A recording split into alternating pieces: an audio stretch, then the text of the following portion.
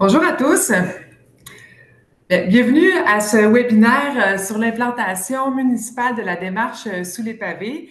Je me présente, Véronique Fournier, directrice générale du Centre d'écologie urbaine, et j'aurai le plaisir d'animer ce midi ce partage d'expérience autour de la déminéralisation dans les municipalités. D'une durée d'une heure, le webinaire est le fruit de 3 années de travail avec 3 municipalités québécoises dans le cadre de la phase 2 du projet Sous les pavés qui a été mené de 2021 à 2024. Pour votre information, ce webinaire est enregistré et il sera accessible sur YouTube par la suite. Un lien sera envoyé à l'ensemble des participants aujourd'hui. Et depuis près de 30 ans, le Centre d'écologie urbaine développe les capacités des municipalités et des communautés à agir ensemble pour des villes à échelle humaine qui sont résolument engagées dans la transition socio-écologique. Dans ce contexte-là, bien, le Centre d'écologie urbaine agit depuis de nombreuses années dans le domaine de l'adaptation au changement climatique et de la résilience des communautés. Donc, c'est dans cette optique que nous avons mis en œuvre depuis maintenant 7 ans la démarche sous les pavés.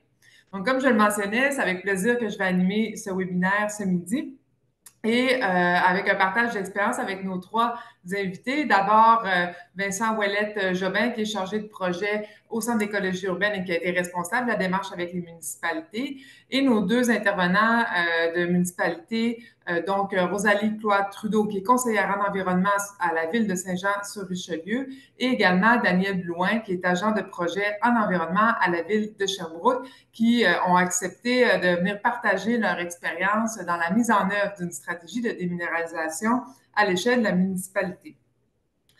Ce midi, grosso modo, le programme que nous allons suivre, nos intervenants vont aborder le sujet de Sous les pavés et les défis climatiques auxquels ce projet ou cette stratégie-là, finalement, souhaite s'attarder et la manière dont cela peut se déployer à l'échelle municipale. Nos 2 intervenants, à la lumière de leurs expériences dans des municipalités qui présentent différentes réalités, différents contextes, vont partager leur processus et l'expérience pour mettre en œuvre une stratégie de déminéralisation avec la communauté, et c'est ça qui en fait la particularité. Par la suite, une fois ces partages d'expérience, nous allons avoir une quinzaine de minutes environ pour une période d'échange et de questions avec les participants. Donc, tout au long du webinaire, je vous invite à utiliser le module questions-réponses pour partager vos questions. Il se peut qu'en cours de route, ce sont des informations factuelles ou précises qu'on vous réponde au fur et à mesure, mais bien sûr, nous tenterons là, de répondre et de retenir le plus grand nombre de questions pour la fin de notre échange ce midi. Bien, plongeons dans le sujet. Qu'est-ce que Sous les pavés? Sous les pavés, c'est un projet, comme je le mentionnais, qui se déploie depuis 7 ans à l'échelle du Québec et qui vise à déminéraliser à la main et de manière participative des espaces publics ou à vocation communautaire. On aura quelques exemples en cours de webinaire, en portant vraiment une attention particulière aux milieux de vie vulnérables aux effets des îlots de chaleur et aux différents effets là, des changements climatiques. C'est un projet, une démarche qui engage les communautés et les citoyennes et citoyens à adopter des pratiques inspirantes d'adaptation au changement climatique. Donc, il y a également tout un volet d'éducation relative à l'environnement. Mais concrètement, quel est l'impact de Sous les pavés? Bien, au Québec, c'est 35 projets partout sur le territoire. Et quand on dit partout, ça va de Montréal à Laval, Sherbrooke avec nos invités, aussi bien que Saint-Mathieu-de-Rimouski, Saguenay, Quaticook, Trois-Rivières, Salaberry-de-Valleyfield et j'en passe. Donc vraiment, il y a un mouvement de déminéralisation à l'échelle du Québec.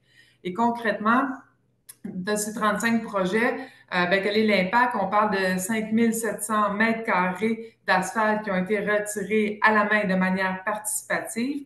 C'est plus de 1500 arbres et d'autres types de plantations qui permettent de créer des espaces verts et conviviaux.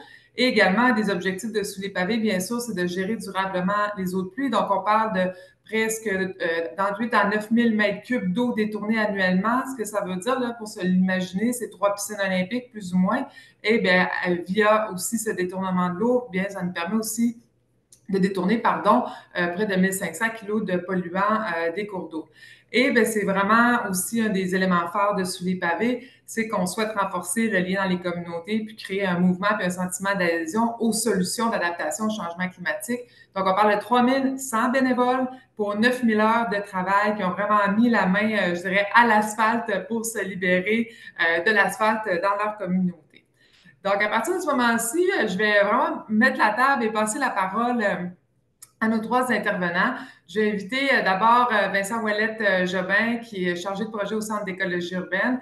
Vincent est biologiste marin. Ça fait déjà plusieurs années qu'il est chargé de projet au Centre d'écologie et il a mené, dès le début, conçu et mené avec les trois municipalités qui se sont prêtées finalement à l'aventure, prêtées au jeu de l'aventure de Sous les pavés, toute la démarche municipale euh, qui sera présenté aujourd'hui. Et c'est également dans le contexte de ce webinaire-ci que nous allons aussi lancer la publication Déminéraliser avec sa communauté, un guide pratique pour l'implantation de stratégies à l'échelle humaine. Et c'est Vincent qui aura été le grand architecte de ce travail qui est issu de l'expérience des communautés.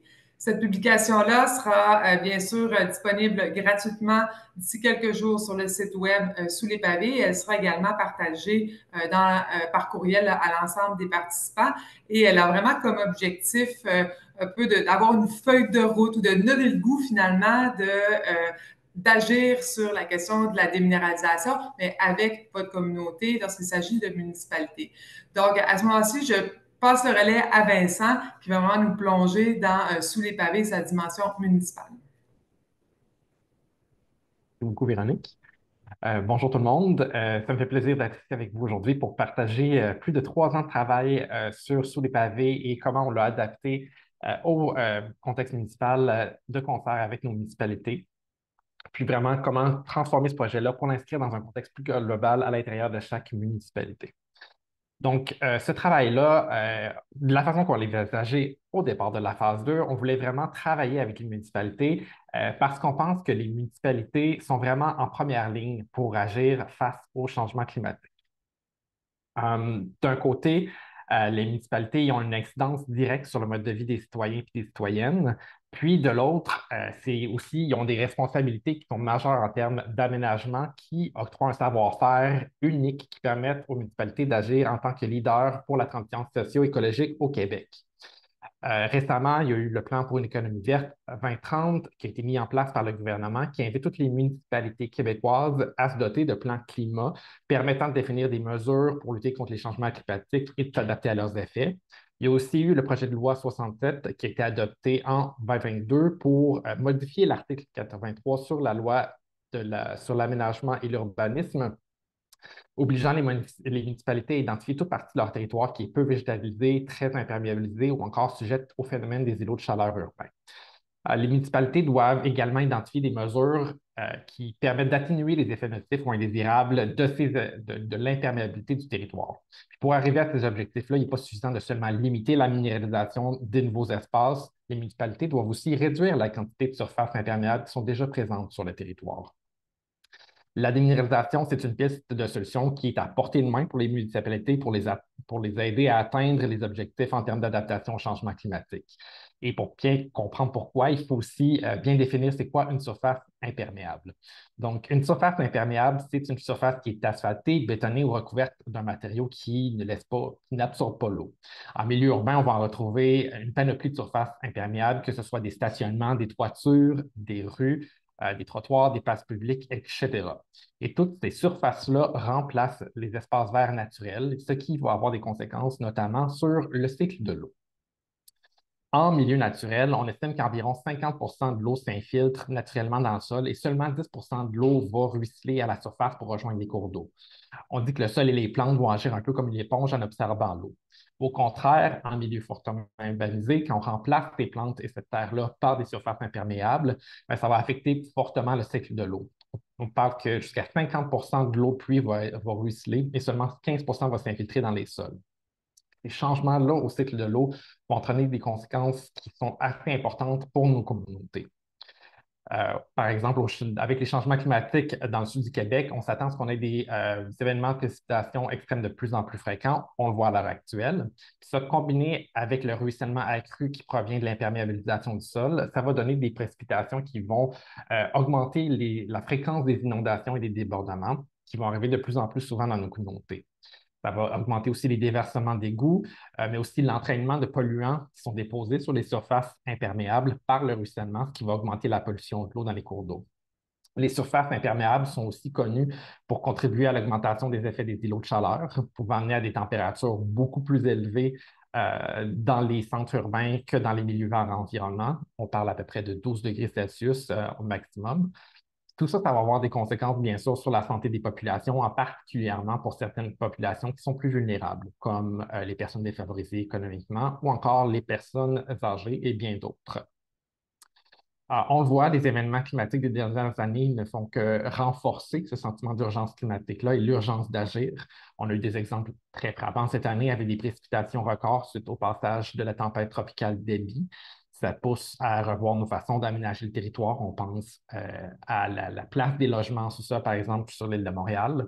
Il y a aussi les vagues de chaleur qui sont de plus en plus fréquentes, qui ont des conséquences réelles pour les populations. En Europe, en 2023, on parle de 50 000 morts à cause de la chaleur. Puis les îlots de chaleur créés par la minéralisation du territoire vont juste faire exacerber cette tendance-là.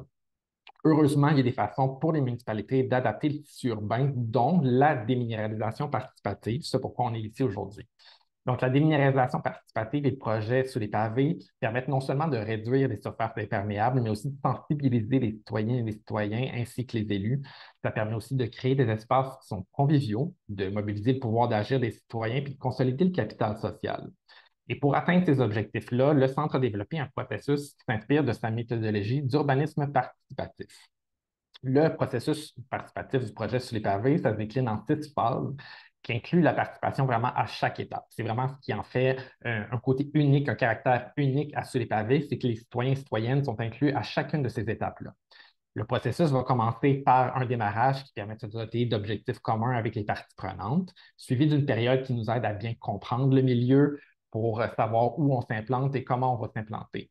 C'est suivi par la suite par une phase d'exploration où on invite les citoyens et citoyennes à s'exprimer sur l'espace qui va être verdi pour exprimer leurs besoins et leurs désirs pour le nouvel espace. Par la suite, des plans vont être élaborés par les professionnels et ils vont être remis à la population pour une validation finale pour s'entendre avec la communauté pour voir si ça répond vraiment bien aux besoins de la communauté. Par la suite, on invite la communauté à mettre les mains à l'asphalte, comme disait Véronique, puis à dépaver de façon participative à la main dans une activité qui est très festive.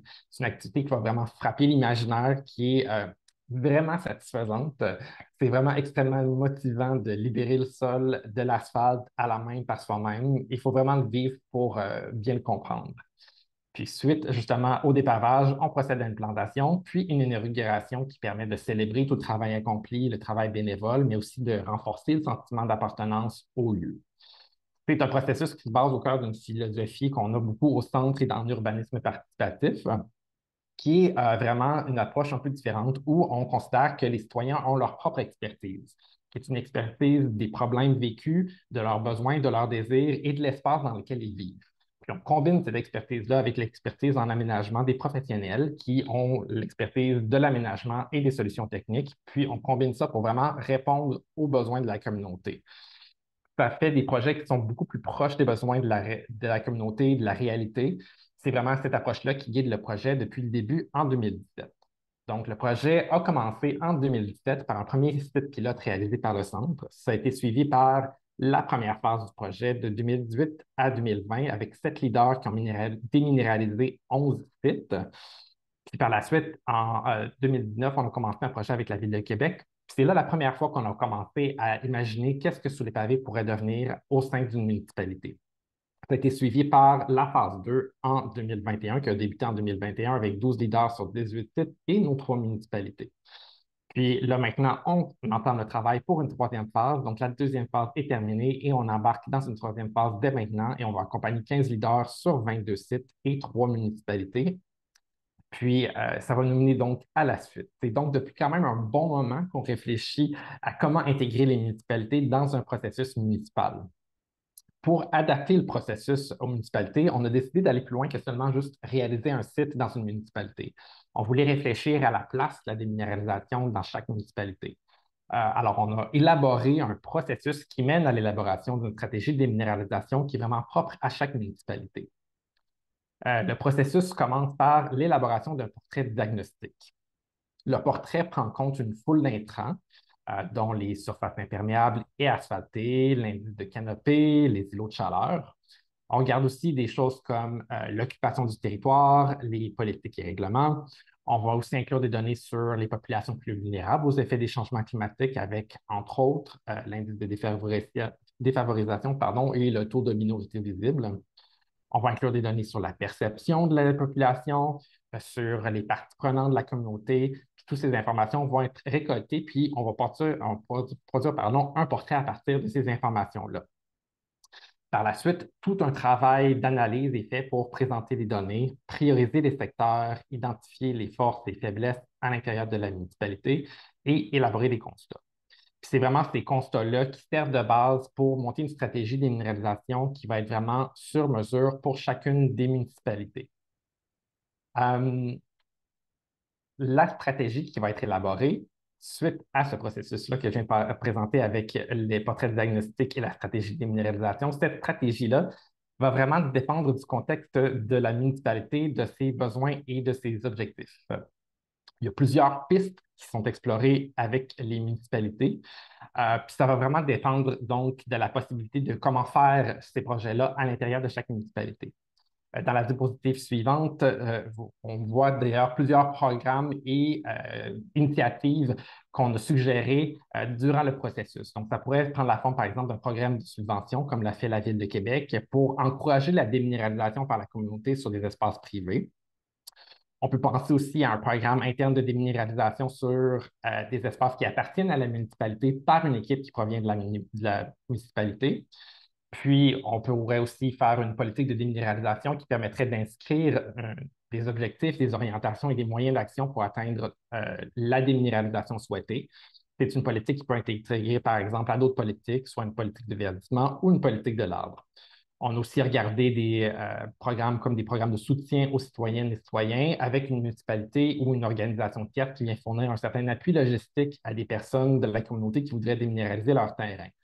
C'est une initiative qui est directement inspirée de l'initiative de Jardin intelligent Waterloo, qui vise la mise en place de jardins pluie à l'échelle du territoire. Donc, chacune de ces stratégies-là a ses propres forces, ses propres avantages, puis l'implantation dans le milieu va vraiment dépendre des besoins et des objectifs qu'on se vise avec la déminéralisation dans chaque municipalité.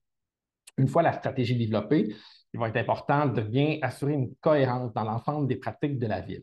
Donc, l'harmonisation des pratiques, c'est vraiment quelque chose qui est extrêmement important. Ça pourrait être super mal vu par les citoyennes et les citoyens d'une municipalité si la municipalité publie une politique de déminéralisation, mais qu'elle continue, par exemple, d'exiger énormément de stationnement dans les nouvelles constructions à l'intérieur de ses règlements municipaux. Il faut donc travailler avec l'ensemble des services municipaux pour mettre en œuvre une vision commune de la déminéralisation. Le portrait diagnostic a permis d'identifier des failles dans les règlements de la ville, puis il faut se donner un certain temps pour faire tous ces changements réglementaires-là. Il peut être aussi important de se faire une feuille de route à l'interne pour aider à changer les pratiques des différents services. Cette feuille de route-là peut être construite avec les différents services pour assurer un maximum d'adhésion derrière cette feuille de route-là. Finalement, il est important que la population soit sensibilisée aux enjeux et comprenne l'urgence d'agir face aux surfaces imperméables. Pour bien mener une stratégie de déminéralisation, une ville doit non seulement avoir de la volonté politique, mais également l'assentiment de la population. Je termine en vous rappelant que vous retrouverez toutes ces informations-là et beaucoup d'autres dans notre nouvelle publication qui va se faire transmise avec l'enregistrement suite au webinaire. Merci Vincent pour ce grand tour d'horizon là, de l'adaptation du processus sous les pavés à un contexte municipal. Donc, je suis on est intéressé justement de bien comprendre comment ces stratégies-là ou qu'est-ce qui a finalement initié des actions dans les deux municipalités aujourd'hui qui viennent nous présenter leur stratégie. Donc, je vais inviter notre première intervenante, Rosalie Cloître-Trudeau, à nous partager l'expérience de la ville de Saint-Jean-sur-Richelieu. Rosalie est conseillère en environnement dans cette municipalité. Elle est également titulaire d'un bac en droit et d'une maîtrise en gestion de l'environnement à l'Université de Sherbrooke. Et depuis 2022, pardon, elle est employée à la ville de Saint-Jean-sur-Richelieu où elle coordonne des projets variés dont la démarche sous les pavés, qu'elle apprécie particulièrement pour son volet participatif. Et elle est également, elle sera chargée de poursuivre les efforts de déminéralisation au sein de la municipalité. Donc, Rosalie, je te passe la parole. Oui, merci beaucoup, Véronique. Bonjour à tous. Donc, je vais commencer en vous disant que nous, on a choisi de participer à Sous les pavés parce que la déminéralisation du territoire est une mesure concrète d'adaptation à certains enjeux climatiques auxquels fait face la ville de Saint-Jean-sur-Richelieu. Je pense entre autres au phénomène d'îlots de chaleur et aux inondations dues aux pluies torrentielles. Donc, en déminéralisant et en verdissant, comme l'a bien expliqué Vincent, on vient réduire les effets des îlots de chaleur. On vient permettre une gestion de l'eau à même le site, donc que des avantages. On appréciait aussi particulièrement l'aspect participatif du projet qui permet de sensibiliser la population au changement climatique et qui nous a aussi donné l'occasion d'avoir des suggestions, des commentaires d'une partie de la population qui ne s'implique pas nécessairement lors de grandes consultations publiques, mais que comme le site déminéralisé est à proximité de leur résidence ou qu'ils sont des usagers du parc qui est à proximité également, ils avaient un intérêt plus prononcé. Certains d'entre eux ont participé à toutes les activités citoyennes. Je pense à une dame qui voit le site déminéralisé de son balcon et qui était tellement contente qu'on plante de l'asclépiade parce que c'est ce qu'elle avait demandé lors de l'activité Vision. Elle s'est sentie écoutée, puis je crois que c'est le cas des citoyens qui ont participé au projet. La participation citoyenne, c'est quelque chose qu'on valorise beaucoup. Donc, Sous les pavés, en proposant une démarche participative, allait dans le même sens que nous. D'ailleurs, le projet a été bien accueilli par une grande portion de la population, mais je dirais qu'il est évident qu'après notre première expérience, qu'il faut prendre le temps de bien expliquer les objectifs du projet, particulièrement l'objectif de sensibilisation derrière la déminéralisation participative, parce que sinon, certains citoyens pourraient croire qu'on a juste besoin de bras pour soulever de l'asphalte, alors que ce n'est pas du tout le cas. Pour la suite de la déminéralisation du territoire à Saint-Jean-sur-Richelieu, bien que notre stratégie de déminéralisation soit encore en réflexion, elle va s'intégrer au plan d'adaptation au changement climatique qui a été adopté il y a quelques mois, ainsi qu'à la stratégie de développement durable et à la politique de l'arbre, des outils qui sont déjà bien en place à la municipalité. Les grands objectifs de déminéralisation et de lutte aux îlots de chaleur sont déjà prévus dans ces politiques-là. De plus, comme l'a mentionné Vincent, nos analyses dans le cadre du programme Sous les pavés ont déjà été faites. Donc, on a fait une analyse multicritère permettant d'identifier les secteurs prioritaires à déminéraliser, une cartographie des parties prenantes, une analyse de nos règlements et politiques. Donc, on a en main vraiment les informations clés pour prioriser et orienter nos actions. Donc, pour l'instant, je vois vraiment notre stratégie comme un outil de mise en œuvre qui aura fort probablement 3 volets.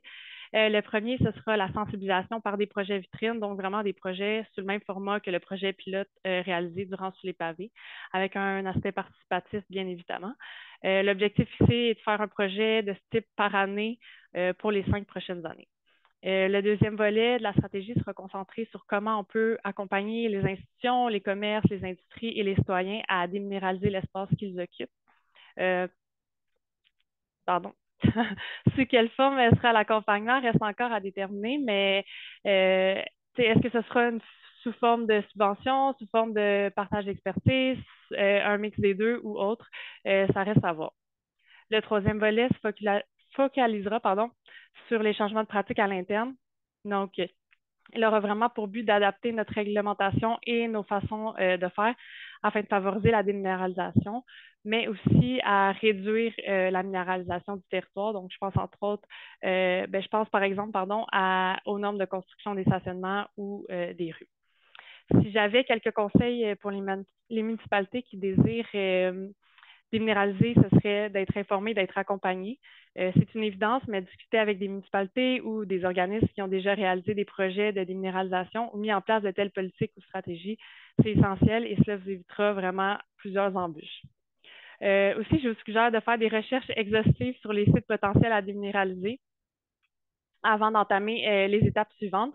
puisqu'il peut survenir peut-être des mauvaises surprises qui aura pour effet de vous ramener à la case départ, soit de chercher un ou d'autres sites et finalement de vous presser dans le temps, comme ce fut notre cas. Et tôt ou tard, bon, quand on laisse les délais, quand les délais sont de plus en plus courts, ben, ça nous met de la pression, puis ça met de la pression aussi sur nos collègues. Donc ça m'amène à mon autre point. C'est vraiment d'avoir l'appui ou la collaboration des autres, ben, l'appui et la collaboration plutôt des autres services municipaux impliqués. Dans notre cas, il s'agissait plus particulièrement du service des communications et du service des travaux publics. Donc, de notre côté, d'avoir leur collaboration, ça a vraiment permis d'avoir les bons outils, les bonnes manières de faire pour que le projet soit une réussite. En terminant, je veux remercier le Centre d'écologie urbaine et le Conseil régional de l'environnement de la Montérégie dans leur appui dans cette démarche. Vous avez été là dans les bonnes journées comme les moins bonnes. Puis on s'en tient pour la suite de la déminéralisation à Saint-Jean-sur-Richelieu. Puis je pense que c'est une des forces du programme Sous les pavés, c'est qu'on en ressort vraiment avec une connaissance développée sur la déminéralisation, mais aussi ses avantages et avec l'expérience pour poursuivre le tout. Donc, merci et au plaisir. Merci, Rosalie. Tu nous as déjà laissé entrevoir certains enjeux ou pratiques que vous avez développés là, qui mettront la table pour notre échange pour la période de questions. D'ailleurs, je réitère l'invitation aux participants. Si vous avez des questions, des éléments de réflexion, vous pouvez les inscrire dans le bloc questions-réponses et elles seront rassemblées là, pour guider l'échange entre nos trois intervenants à la fin du webinaire. Donc, ça m'amène à vous présenter notre troisième et dernier intervenant ce midi. Donc, Daniel Blouin, qui est agent de projet en environnement à la ville de Sherbrooke. Il est biologiste titulaire d'une maîtrise en biologie de l'Institut de recherche en biologie végétale. Il s'intéresse particulièrement à la conservation des milieux naturels et à la biodiversité urbaine. Également, depuis 2022, à l'emploi de sa municipalité, il porte la politique de l'arbre et du verdissement et travaille à la mise en œuvre du plan nature de la ville de Sherbrooke. Donc, Daniel, je te laisse poursuivre. Bonjour, merci beaucoup pour l'invitation. Bonjour à tous, je suis vraiment heureux d'être ici pour vous partager notre expérience. Donc, je vais commencer par vous parler un peu de notre contexte sherbrookois pour que vous compreniez notre identité puis notre intérêt à s'être impliqué dans la démarche Sous les pavés. Donc, Sherbrooke, on est une ville MRC, on est 6e en population au Québec. Puis, on est vraiment une ville où il y a une appartenance puis une identité très importante par rapport aux arbres et aux milieux naturels. Donc, c'est vraiment facile de savoir s'il y a un abattage d'arbres illégal. On reçoit systématiquement des appels ou des courriels. Donc, c'est vraiment les citoyens, c'est les yeux sur le territoire, puis il y a vraiment une appartenance importante. Donc, on a la chance aussi d'être une ville où les milieux naturels puis les arbres sont très bien intégrés dans notre matrice urbaine. Donc, on a un indice de canopée de 43 % dans nos périmètres urbains qui s'explique entre autres là, à cause qu'on est dans les Appalaches. Donc, il y a plusieurs zones de topographie accidentées. Donc, quand on se compare à des municipalités de taille similaire, là, c'est vraiment un indice de canopée important. Par contre, Sherbrooke n'a pas échappé au mode de développement des municipalités du Québec. Donc, c'est une ville qui s'est développée en mode banlieue. On a des grands axes commerciaux qui sont très minéralisés, puis une dépendance à la voiture ou au stationnement. Donc, c'est 15 % des périmètres urbains qui sont des îlots de chaleur. Donc, ces îlots de chaleur-là sont surtout situés au centre-ville et dans l'est de notre territoire. Donc, c'est dans nos communautés les plus vulnérables et défavorisées. Donc, ces communautés-là, doivent vivre avec un double fardeau, là, celui de vivre avec une carence de services écologiques, mais aussi de ne pas avoir les moyens pour pouvoir s'adapter puis éviter là, finalement ces situations climatiques particulières. Le centre-ville et l'Est, c'est également des secteurs qui sont problématiques au niveau de la gestion des eaux pluviales. Donc, c'est nos quartiers les plus anciens. On a un système d'égout unitaire. Donc, on peut s'attendre à ce que les problématiques de gestion des eaux pluviales, lorsqu'il y a des épisodes de surverse, ça a le plus d'impact au niveau de la qualité de l'eau. Donc, ces secteurs-là sont plus prioritaires au niveau de nos interventions. Donc, c'est un peu ce contexte environnemental-là qui nous a poussé à s'impliquer dans la démarche Sous les pavés. Sinon, il y avait aussi un momentum au niveau de nos outils de planification. Donc, on avait un plan climat qui était en cours de préparation pour le volet réduction. Puis, on planifiait réaliser une politique de l'arbre et du verdissement qui intégrait un objectif de réduction des îlots de chaleur. Donc, Sous les pavés, finalement, aura eu un effet de contamination très positif sur l'ensemble de notre démarche de la politique de l'arbre et du verdissement. On a décidé assez tôt dans la démarche d'aller intégrer la stratégie de déminéralisation participative avec notre politique de l'arbre et du verdissement, vu que les thématiques étaient assez similaires. Puis, c'est ça, l'accompagnement du Centre d'écologie urbaine nous a permis d'aller beaucoup plus loin que ce qui était anticipé au niveau du concept d'équité. C'est un des éléments porteurs de notre diagnostic. Donc, comme ça a été expliqué là, par Vincent, il y a tout un croisement qui est réalisé entre des indicateurs environnementaux et des indicateurs sociaux. Donc, ça nous a permis d'avoir une connaissance inédite des inéquités environnementales sur notre territoire. Donc, on en ressort avec des engagements qui sont clairs dans notre politique de l'arbre et du verdissement. On a une version finale qui a été déposée, très bien reçue par notre commission de l'environnement. Donc, on veut viser l'équité au niveau du verdissement puis de la lutte aux îlots de chaleur. Puis, on veut favoriser aussi des approches en développement des communautés, donc du verdissement qui est réalisé par les communautés pour les communautés, donc toute l'approche d'urbanisme participatif. Puis tout ça, c'est en lien avec une reconnaissance là, que le verdissement, c'est plus que des indicateurs environnementaux, mais ça nous permet aussi d'aller maximiser des retombées sociales sur le territoire, de créer des lieux de rencontre ou d'autodétermination sur le territoire. Donc, c'est quoi la suite pour la ville? Nous, pour l'instant, on a beaucoup travaillé à haut niveau. Donc, on a travaillé sur une politique, on a créé un langage commun, on a créé un engagement politique, puis une structure aussi au niveau de nos partenariats. Sinon, on vise à déposer notre plan d'action pour la politique de l'art et du verdissement en 2025. Donc, on va y intégrer une partie des multiples réflexions qui sont issues de l'accompagnement du Centre d'écologie urbaine au niveau de la stratégie de déminéralisation. On réfléchit, entre autres, avec nos acteurs de verdissement sur le territoire, sur la forme que pourra prendre le programme participatif de verdissement et de déminéralisation parmi toutes les options qui existent. Puis on veut aussi que notre stratégie s'étende au-delà du volet participatif. Donc, il y a toute une réforme réglementaire qui est en réflexion et en planification. On est en train de travailler sur un plan d'urbanisme à la ville de Sherbrooke. Donc, il y a un arrimage aussi qui est nécessaire avec ces éléments-là. Pour ce qui est des nouveaux projets de développement, entre autres, on veut favoriser la densification verte puis mettre de l'avant le principe du 3-30-300 pour une répartition équitable des arbres sur le territoire. Sinon, pour les espaces minéralisés existants, on travaille sur des outils d'écofiscalité, donc la taxation des surfaces minéralisées en milieu industriel, entre autres. Puis, on réfléchit à la possibilité d'exiger des mises aux normes au niveau des stationnements, puisqu'on a déjà des normes d'aménagement au niveau de nos stationnements. Donc, toute la réflexion puis le nerf de la guerre, ça va être de trouver, ça va être quoi l'équilibre, puis l'arrimage entre le bâton et la carotte, parce que là, on parle beaucoup de bâton, mais il faut aussi qu'il y ait des incitatifs là, pour ces milieux-là privés qui vont être visés par des mesures. Mes conseils pour des municipalités qui voudraient élaborer une stratégie de déminéralisation participative, c'est sûr que ça dépend de votre contexte spécifique à vous. Donc, je vais vous partager c'était quoi notre réalité, nous, à Sherbrooke. Nous, assez tôt dans la démarche de la politique de l'arbre et du verdissement, on s'est dit qu'il fallait se faire des alliés. Donc, on a formé un groupe de travail avec des organismes de verdissement, la santé publique, des groupes de citoyens de défense des boisés de proximité, des organismes communautaires et plusieurs autres. Puis, cet exercice-là a permis de bien asseoir la démarche dans le milieu puis de structurer un partenariat qu'on voudrait périn dans le temps. Ça permet aussi de déterminer s'il y a des éléments dans notre stratégie qui pourraient être co-portés dans la mise en œuvre. Donc, ça, au niveau politique, là, il y a vraiment un intérêt parce que ça démontre la légitimité de la démarche. Ça montre qu'elle est ancrée dans le milieu, mais ça montre aussi qu'il y a avoir un partage des ressources et des responsabilités, ce qui peut aller rassurer certains élus. Donc, un autre élément qui est important de notre côté, c'est d'aller chercher des engagements politiques avant de travailler sur notre plan d'action. Pourquoi? Parce qu'on pensait que c'était un levier important d'avoir des engagements qui étaient entérinés par le conseil municipal pour aller mobiliser nos différents services. Parce que, comme on le sait, il y a plusieurs conflits d'usage qui sont tout à fait légitimes sur le territoire entre les différents services. Puis d'avoir un engagement clair au niveau politique, on pense que c'est un peu un moteur là, de changement. En terminant, si j'aurais un conseil à partager plus sur notre personnel, je dirais qu'il ne faut pas hésiter à proposer des actions, du contenu que vous pouvez percevoir ou juger vous-même comme étant radical. Ce que j'essaie de me souvenir, c'est que d'avoir recouvert des centaines et des milliers de mètres carrés de bitume, c'est vraiment quelque chose de très radical, puis on en paie aujourd'hui le prix.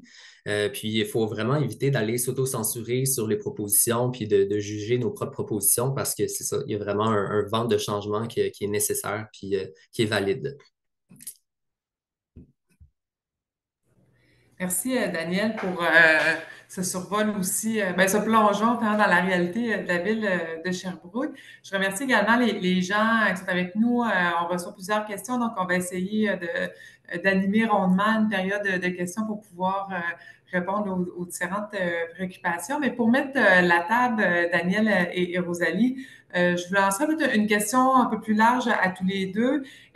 Suite à votre expérience de développer une stratégie de déminéralisation, euh, est-ce que ce projet ou de votre expérience, que ce projet a changé ou a transformé la manière dont vous abordez des enjeux qui sont liés à l'adaptation au changement climatique dans votre travail ou au sein de la municipalité? Est-ce qu'il y a des grands apprentissages qui vous permettent de dire que vous faites peut-être vous faites peut-être les choses différemment dorénavant sur ces questions d'adaptation? Je vais te lancer la question à Rosalie. On poursuivra avec Daniel ensuite.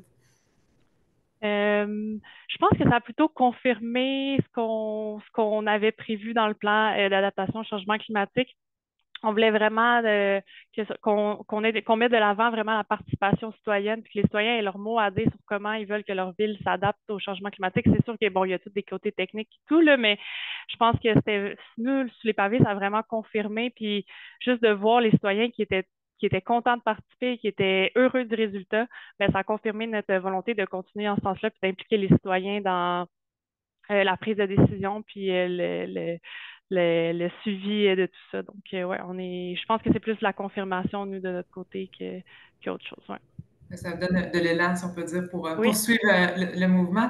De votre exact. côté, Daniel, est-ce que ça change la manière d'aborder les projets en adaptation au changement climatique? Je dirais pas nécessairement que ça le change, mais que ça peut confirmer là, finalement des besoins qui étaient peut-être un peu plus implicites, là. Donc, autant au niveau des élus que de la population, il y avait un désir de s'impliquer qui était vraiment présent, qui était nommé plusieurs fois. Mais là, ça a vraiment été de pouvoir le structurer là, à travers finalement tu sais, les informations qui ont été données puis les différentes options là, qui étaient proposées. Donc, c'est un peu en continuité, mais finalement, ça donnait beaucoup plus de poids là, à cette façon de faire là, participative des choses. Puis, merci. On reçoit aussi plusieurs questions qui touchent la mise en œuvre. On s'y plongera dans les questions qui viennent, mais on a également des questions de plus petites municipalités. On a vu des exemples. Bon, par exemple, sous les pavés, il y a plusieurs projets à Montréal, à Laval, Sherbrooke, Saint-Jean-sur-Richelieu. On est quand même dans des milieux urbains assez urbanisés. Et certaines posent la question, dans des milieux où il y a déjà un bon couvert forestier, une présence importante d'espaces naturels, en quoi finalement une stratégie de déminéralisation peut ajouter ou être pertinente dans notre contexte. J'inviterais là-dessus Vincent à répondre. C'est souvent des discussions qu'on a autour de la question de la déminéralisation. Merci, Véronique. Oui, effectivement, c'est une question qu'on se pose souvent. Puis moi, personnellement, venant d'un petit village, je viens de Sainte-Hélène-de-Kamouraska, au Bas-Saint-Laurent, 700 habitants et beaucoup plus de vaches. C'est une question que je trouve super intéressante. Même la municipalité, présentement, est en train de réfléchir justement à déminéraliser l'entièreté de son stationnement. Parce que souvent, ce qui se passe avec les cœurs villageois dans nos régions, bien, il n'y a plus autant de rassemblements autour de l'église qu'il y avait. Il y a des grands centres à l'intérieur de ces petites municipalités-là qui sont asphaltés. Puis, il manque d'espace de rassemblement. Puis, la déminéralisation participative, ce que ça vient apporter, c'est des nouveaux lieux de rassemblement, puis des nouveaux lieux où que les gens peuvent se rassembler, participer autour d'un projet commun, puis remplacer un peu la place de l'Église. Puis l'autre chose qui est super importante en milieu rural, c'est la gestion de l'eau. On pense souvent que parce que notre territoire n'est pas très imperméabilisé, ça n'a pas beaucoup de conséquences, mais tout dépendamment où sont placées ces surfaces imperméables-là, à partir de 10 de surface imperméable sur un territoire, on commence à ressentir des effets sur les cours d'eau. Donc, ça ne prend vraiment pas beaucoup de surface imperméable pour avoir des conséquences négatives sur des cours d'eau qui, en milieu rural, avec les pratiques agricoles, des fois, ça peut exacerber ce genre de problématiques-là. Donc, même pour les plus petites municipalités, en termes de gestion durable des eaux pluviales ou encore de socialisation, ça peut avoir des avantages, la déminéralisation, pardon. Merci. Puis, on se replongera dans des questions un peu plus techniques ou de mise en œuvre. Puis, Rosalie, tu as mentionné rapidement le défi d'un choix de site. Est-ce que tu pourrais élaborer un peu plus sur quel type de défi on peut retrouver dans le choix d'un site, peut-être des mises en garde aussi, dans l'orientation vers le type de site, peut-être en termes de site en soi, mais aussi à l'échelle d'une municipalité, est-ce qu'on va, par exemple, sur des sites publics, privés, puis pourra Daniel aussi rebondir sur un peu la gestion, finalement, du domaine public-privé lorsqu'il s'agit de déminéralisation. Oui, ben en fait, nous, je pense que c'est surtout le temps qui nous a pressé un peu dans le choix du site. Je veux dire, pour des raisons bon, de mouvement de personnel. Puis tout, le projet sur les pavés s'est réalisé un peu à la dernière minute, disons très à la dernière minute. Donc, c'est sûr que quand il est venu le temps de choisir un site, on a été pressé par plusieurs comme contraintes. Et si on voulait aller avoir un site privé, bon, ben là, il y avait une entente à signer avec le propriétaire du site.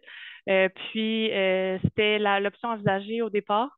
Puis finalement, quand on est venu pour analyser, regarder un peu la contamination du site et tout, bon, ben, il y a eu des enjeux.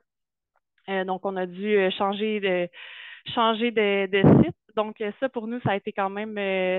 on était avancé dans les étapes, puis là, finalement, on se fait dire, oups, finalement, il y a peut-être un petit enjeu au niveau qualité du sol. Donc, on a dû trouver un autre site. Et puis là, la municipalité aussi, dans un contexte particulier, comme un peu l'expliquait Daniel, il y a l'auto-solo, il y a un peu l'attachement aux places de stationnement. La ville est aussi en train de faire une étude d'usage des stationnements. Donc, on ne pouvait pas aller n'importe où, n'importe quand, enlever du stationnement. Donc, ça a été un défi. Mais finalement, on a trouvé un site, puis c'est fait. Donc, c'est sûr que si on est pressé par le temps, je conseille vraiment d'aller vers un site municipal. Là. Ça évite plusieurs délais et surprises aussi là, côté contamination ou qualité de sol, ou peut-être retrait du partenaire un peu à la dernière minute s'il y a quelque chose qui ne fonctionne pas. Donc, pour débuter, je pense que je conseillerais vraiment un site municipal. Après, ça sera selon les désirs des personnes qui mettent ça en place. De votre côté, Daniel, dans la recherche d'un site ou la réflexion sur la nature des sites à déminéraliser, qu'est-ce qui vous a alimenté dans cette réflexion-là ou quels sont peut-être les enjeux, les embûches que vous avez pu rencontrer? Oui, bonne question. Dans le fond, nous, un des enjeux, c'est qu'on voulait identifier un site municipal parce qu'on voulait faire exemple, finalement. On voulait donner l'exemple. Puis aussi, il y avait moins de contraintes, tu sais, au niveau d'avoir une entente là, avec un partenaire. Il y avait aussi une pérennité qui était comme plus, tu sais, finalement, engagée, là, finalement. C'était comme un peu plus naturel. Il n'y a pas d'entente à signer. On va pouvoir réaliser l'entretien nous-mêmes. Fait qu'on voulait réaliser ça sur un site municipal. Puis comment est-ce qu'on a procédé? Ben, on a été dans nos communautés qu'on avait identifiées prioritaires dans le diagnostic, puis on a été regarder tous les espaces minéralisés qui répondaient aux critères de sous les pavés. Puis ceux qui n'étaient pas situés dans des contraintes. Donc, on en avait un site qui était en zone inondable, un site qui était sur des terrains contaminés, un site qui était un stationnement qui était fortement fréquenté. Donc, en bout de ligne, il nous restait un seul site. Puis, je dirais que c'était pas le temps le défi d'identifier le site, mais le défi, c'était plus de convaincre les élus que c'était le meilleur site. Donc, on n'a peut-être pas suffisamment exposé notre réflexion, là, parce que finalement, après, ils veulent s'assurer là, qu'il y a une forme d'équité, là, puis que le site qu'on a choisi, ça répond aux besoins de la communauté, là. Donc, de bien exposer le processus de réflexion qui a mené au choix du site optimal, je pense que c'est un conseil si vous devez passer à travers vos instances là, pour le faire approuver, là. Puis, vous avez nommé tous les deux, puis en particulier Rosalie, l'importance de la collaboration avec les différents services de vos municipalités, que ce soit au plan de la planification, mais aussi bien de la mise en œuvre avec les travaux publics. Dans le cadre de cette première expérience-là, à quel moment vous avez intégré, ben, vous êtes passé de l'équipe de planification à l'intégration des travaux publics et de la mise en œuvre? Comment ça s'est fait? Puis, est-ce qu'il y a eu des leviers qui ont facilité cette implication-là? Et un peu l'inverse aussi, est-ce qu'il y a eu des résistances ou des nœuds que vous avez dû défaire en cours de route? Je pense que les travaux publics puis tous les autres services municipaux ont vraiment été partants avec ce projet-là dès le début, puis on n'a jamais senti une dose d'hésitation, même quand il y a eu certains défis là, de communication. Mais je pense que nous, encore une fois, le gros défi, c'est que ce projet-là s'est réalisé de dernière minute. Donc, c'est sûr que quand on arrive avec un service comme les travaux publics, qui est beaucoup dans l'opérationnel, quand on arrive avec des demandes de dernière minute, ben c'est sûr que tôt ou tard, pour eux, ça ne rentre pas nécessairement dans leur planification annuelle. Ça fait juste rajouter un poids sur leurs épaules. Donc, bien qu'ils étaient partants, c'est sûr que pour eux, ça a été... ils ont dû trouver du temps puis des gens pour faire ça. Donc, je peux juste que les remercier parce qu'honnêtement, ils ont fait un travail incroyable. Puis sans leur soutien, pour vrai, sur les pavés, ce ne serait pas fait. Mais c'est ça. Je pense que le mieux, là, c'est vraiment de les intégrer le plus tôt possible. Puis c'est peut-être quelque chose que on a déjà prévu en faire d'autres sites, puis c'est quelque chose qu'on va faire là, dès le début, de les intégrer vraiment dans la réflexion, puis de dire, OK, ben, on veut faire un site cette année, ça va être là, comment, puis pour que déjà on puisse les préparer, puis nous aussi, qu'ils puissent nous préparer à les aider, là, finalement. Donc, vraiment, le plus tôt possible, les intégrer le mieux c'est, là, puis je pense que c'est des gens qui sont beaucoup, qui ont beaucoup de connaissances particulières là, en horticulture. Donc, ils peuvent vraiment apporter un autre point de vue puis aider à ce que le projet se fasse sans embûche. Puis de votre côté, Daniel, est-ce que ça a été, comment ça a été intégré finalement dans le processus de mise en œuvre, l'apport là, des différents services municipaux? De même façon, on a impliqué dès le départ là, l'ensemble des services qui étaient impliqués, donc les parcs puis la voirie. Puis le projet a été super bien accueilli, très bien compris c'était quoi les objectifs. Puis c'était comme un petit projet bonbon que tout le monde aimait. Puis les arboriculteurs sont même venus à l'atelier nommer comment planter un arbre, etc. Fait qu'il y avait une participation qui était assez naturelle. Je dirais qu'une chose que j'avais pas anticipée, c'était d'aller impliquer toute la planification là, du territoire, là, finalement, parce que les espaces de stationnement ben, peuvent être utilisés pour d'autres usages, là, planifiés, soit pour de la requalification, des espaces d'entreposage, etc. Donc, il faut aussi aller parler à votre service de planification du territoire, savoir s'il y a d'autres usages qui sont anticipés, là, finalement, par les sites. Puis, je dirais que, tu sais, on a aussi fait un exercice là, dans le cadre de la stratégie de minéralisation puis de la politique de l'arbre et du verdissement, où on voulait avoir plus d'informations sur les freins et leviers avec les services. Fait qu'on a fait un atelier de cartographie des freins et des leviers avec nos services. Puis, ça a été vraiment intéressant parce que ça nous a permis de voir c'était quoi les initiatives qui existaient déjà dans les autres services pour mettre en œuvre des actions là, de gestion des eaux pluviales, de lutte aux eaux de chaleur. Donc, on voyait qu'il y avait déjà des bonnes pratiques qui existaient déjà, auxquelles il avait été contaminé. Puis ça montrait que finalement, on était ensemble là, finalement dans ces objectifs-là, puis c'était un bon point de départ là, finalement. Puis, je rebondis sur le point de départ. Bon, ça a été une première expérience, puis vous nous avez établi un peu les grandes lignes de comment ça s'est déroulé. Vincent, dans le début de sa présentation, mentionnait, par exemple, que ça peut prendre comme feuille de route la forme d'un programme, une politique, un programme municipal d'appui à des organisations tierces qui peuvent également agir dans le milieu. Puis également, c'est toute la question du financement ou de demande de subvention. Il y a plusieurs questions qui sont partagées par les participants aujourd'hui sur la notion de financement et de réglementation, de comment inciter, si on peut dire, bon, après cette phase pilote ou ces stratégies, comment dans vos municipalités vous envisagez, par exemple, le financement de stratégies de déminéralisation et ou aussi des leviers pour aller vers peut-être le privé ou d'accroître ce mouvement-là de déminéralisation. Comment ça s'inscrit la suite là, au niveau municipal? Daniel, je vais te repasser la parole. On ira pour Rosalie. Puis Vincent, je t'amènerai aussi peut-être à compléter de l'expérience de d'autres villes. Ben, tu sais, au niveau du financement, c'est sûr qu'on peut aller regarder c'est quoi les programmes qui existent déjà, là. Donc, on a Oasis, là, qui a deux volets qui peut financer ce type de projet-là. Sinon, on a des financements plus à petite échelle qui peuvent financer des plus petits projets là, à nature participative. Donc, c'est d'aller regarder avec les partenaires, c'est quoi ces différentes opportunités de financement-là, c'est quoi les modalités. Comme ça, déjà, on peut se dire, OK, ben si on a un plan d'action ou un programme, on va essayer de l'arrimer au financement qui est existant. Sinon, ben, il y a tous les outils d'éco-fiscalité, là. C'est sûr que c'est des outils qui sont complexes. Moi, je ne travaille pas sur ce dossier-là personnellement, mais pour certaines municipalités, ça peut être vu comme une source de financement là, d'aller taxer les surfaces minéralisées, soit en milieu industriel, commercial ou résidentiel. Euh, puis, c'est ça. Je dirais que c'est pas mal les voies de financement que j'ai en tête là, pour l'instant. Là. Ouais.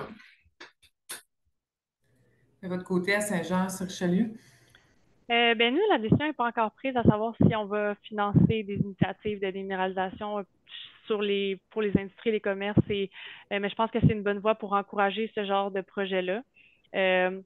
Sinon, je pense qu'on est surtout plus dans le partage d'expertise avec eux, donc de vraiment les accompagner, puis de, comme le dit Daniel, là, d'aller voir s'il n'y aurait pas du financement dans des programmes déjà existants aussi, ça peut être intéressant.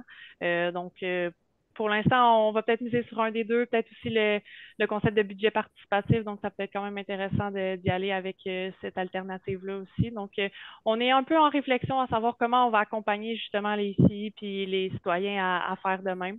Mais je pense que justement par la sensibilisation puis par des projets vitrines aussi, c'est quand même une bonne occasion de le faire. À suivre. Puis Vincent, des expériences également dans la phase 2, dans l'accompagnement des municipalités, on a également accompagné la ville de Boisbriand. Il y a peut-être des éléments aussi qui ressortent de l'expérience de cette ville-là qui peuvent être partagés, mais également plus largement là aussi dans la démarche municipale avec Sous les pavés. Je t'invite à poursuivre, Vincent. Avec la voile de Bouillard, c'était super intéressant. Amélie ne pouvait pas se joindre à nous aujourd'hui, malheureusement.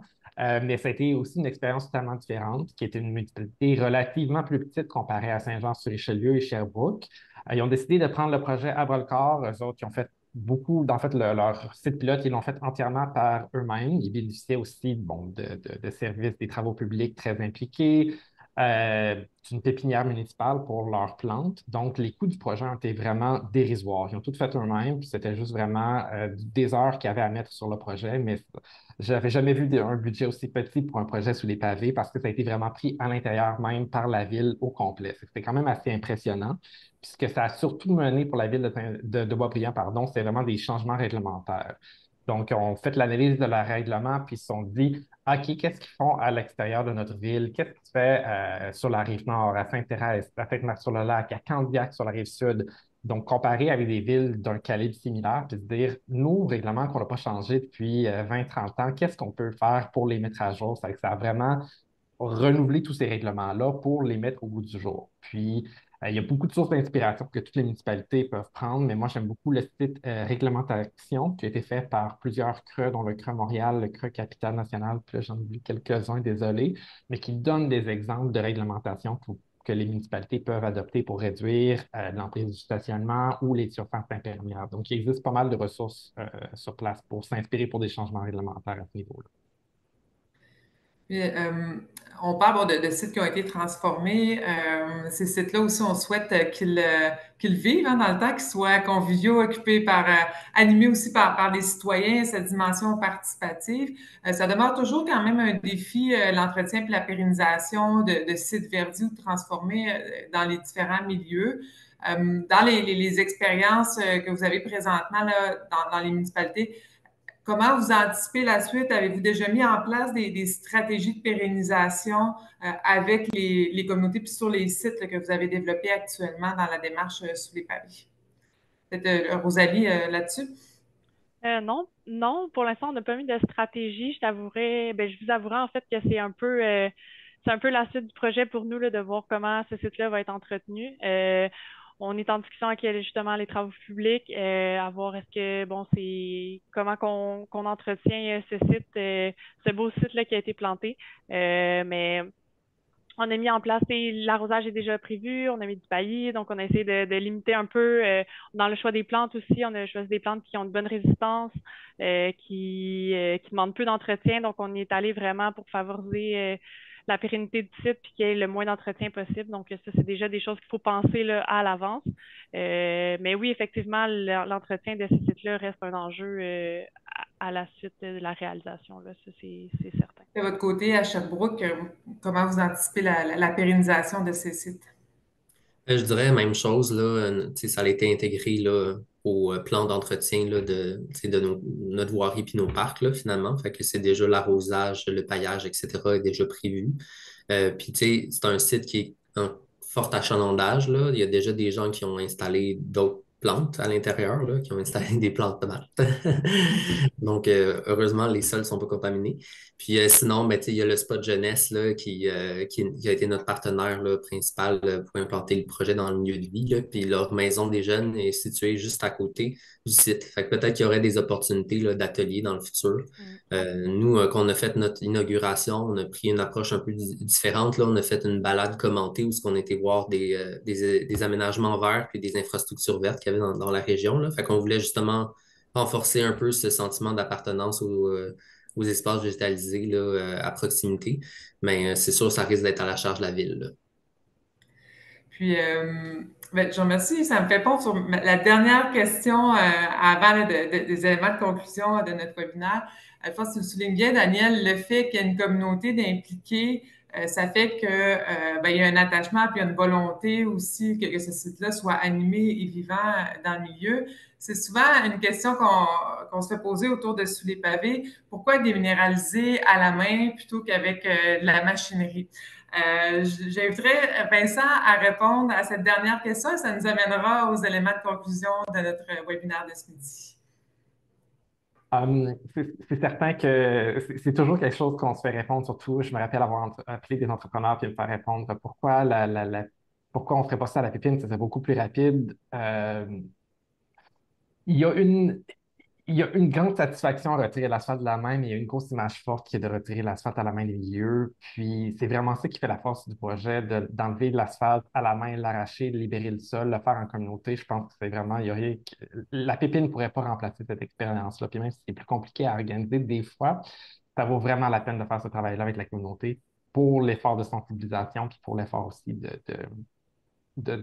pour l'effet wow que ça va donner au final dans sa communauté.